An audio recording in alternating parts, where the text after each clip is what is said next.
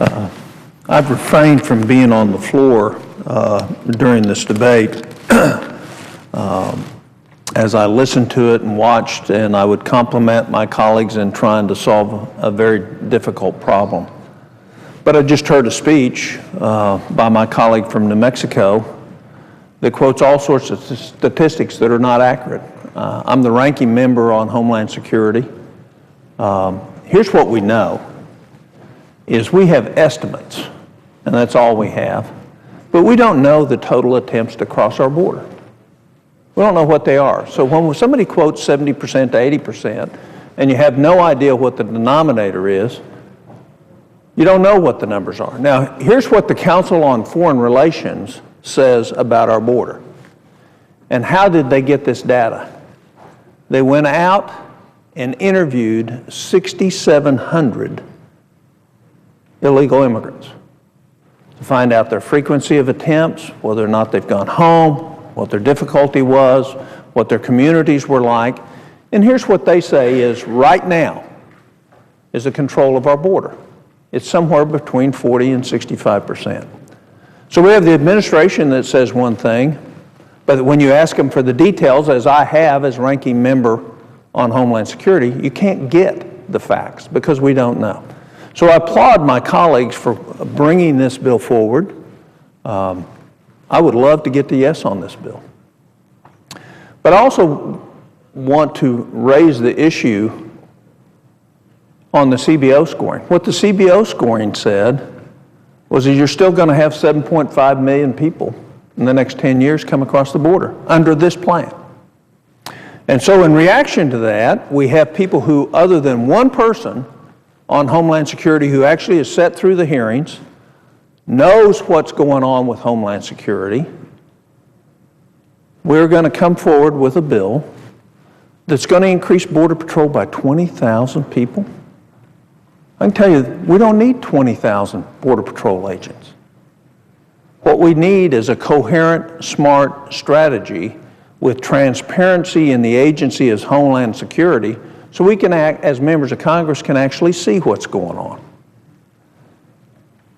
And all you have to do is listen to what the administration says and then listen to the people who are actually doing the work, which are the Border Patrol agents, which are the ICE agents, which are the USCIS agents, which are the CPB agents. And when you talk with them, you get a totally different story. Now, why is it that the people who are actually doing the work are telling us a different story than what the administration's telling us? There's a disconnect there, and we need to understand what that is. So I look forward to reading the details of the supposed border security amendment. But ask yourself the question, is it possible to secure a border? If we were to have a terrible outbreak on either our northern or southern border that had a high case fatality rate, high infectious rate, and we decided we were going to close the border tomorrow, we could do it. And there are great things in this base bill that will eliminate a large portion of the draw coming across our nation, into our nation, through illegal immigration.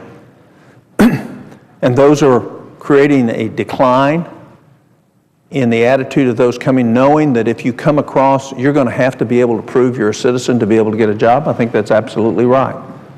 There's some increase in the work visa programs and the special visa programs, probably not enough.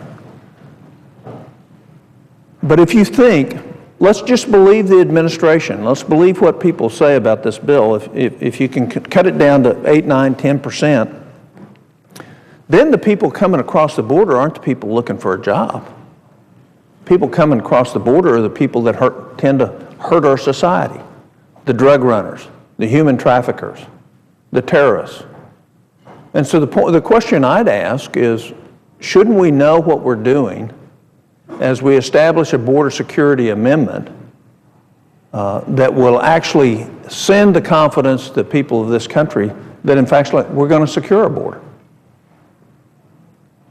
The vast majority of people in this country want to solve this problem. I want to solve this problem. The way we're going to go about it is we're going to get a C amendment sometime late tonight, And then on Saturday, we're going to have to vote on whether to proceed with that amendment or not having had the full time to actually consider what the outcome of the recommendations of that amendment are. And so some of the mistakes that have been made as we brought this bill forward, this bill came through the Judiciary Committee. But almost every other major thing that's of controversy in this bill is under the purview and the control of the Homeland Security and Government Affairs Committee, which got no sequential referral on this bill. And so where we're hung up on this bill is because we didn't do regular order.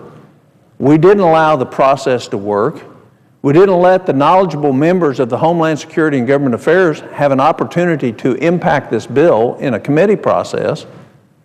And so now we're hung up with people who aren't on that committee writing an amendment for Homeland Security. And we can write a good amendment for Homeland Security. And I've told Chuck Schumer and other members of the Gang of Eight of that. But you can't do it in 2 weeks. You can't do it with one amendment. And what you're going to get is waste, loopholes, and problems. And the last thing we need to do is waste another $5 or $6 billion on things that aren't going to have a difference in terms of solving the real problem, but we're going to claim it solves the problem so we can pass a bill. So I want to get to yes on this bill. I want to get to a way to where we solve this problem and don't create it again in the future. But my concerns are, both process and factually, that we're claiming things that just aren't true.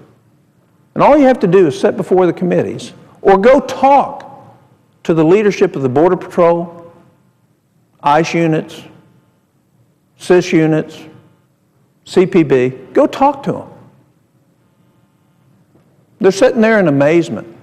You know, 3 weeks ago I had breakfast with Janet Napolitano, and she said she would send me their border control plan by area, by region, the next day. Well, a piece of paper came, but there was no border control plan. So the question I have is, where's the plan?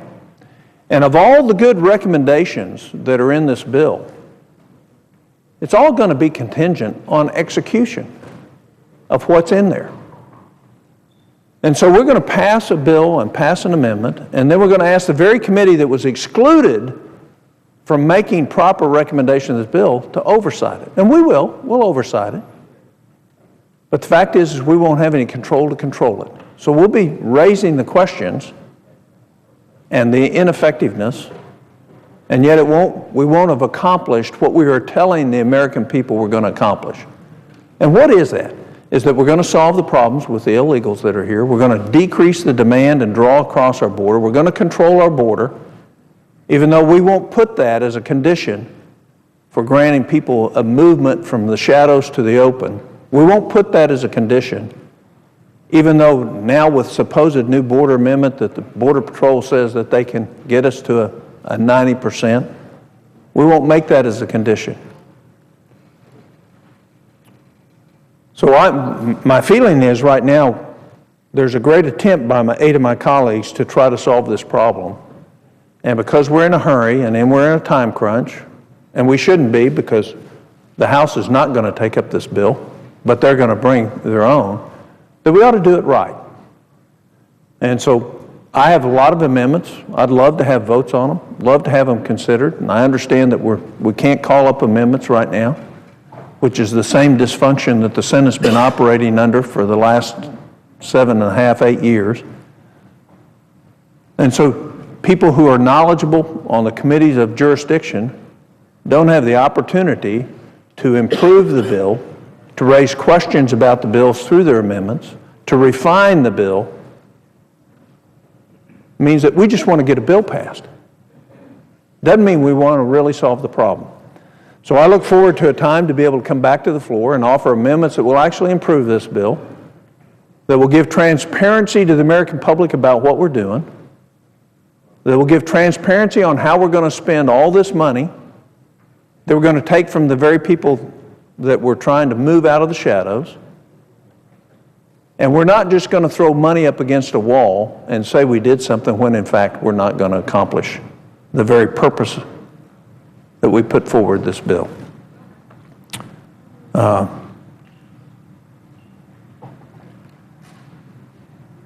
People who come to this country, and I'd put myself in the same category, if I was caught in the lack of economic opportunity, I'd try any way I could to get into this country of opportunity.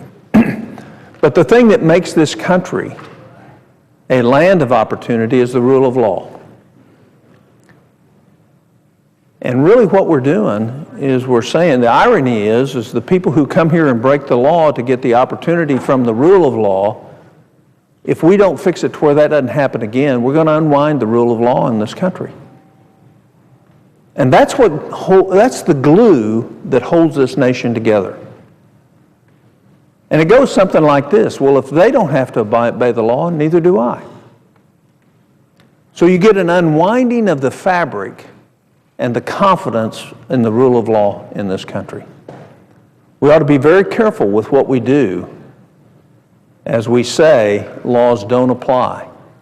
And that's what we're really saying with this bill. To a certain group of people, the laws that we had on the books aren't going to apply. We ought to make sure that doesn't happen again.